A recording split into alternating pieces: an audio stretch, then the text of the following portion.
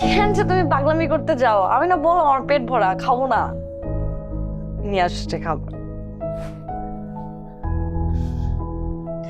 আজকে জানো আমি রান্না করি নাই, তো আমার রান্না করছে। আর মাসুম না রুই মাছ কি যে পছন্দ করে তোমার কোনো আইডিয়া নাই। আমার কাছে কি বলে জানো, ভাবি আমার জন্য মাথা আলাদা করে রাখবা। আর যখন রুই মাছ যখন ওরে দেই, ও প্লেটের উপর প্লেট খালি বলে কি ভাত খাবা ভাত খাওয়া, খাইছে থাকে খাই। আমার বাক্সটা খালি কেন?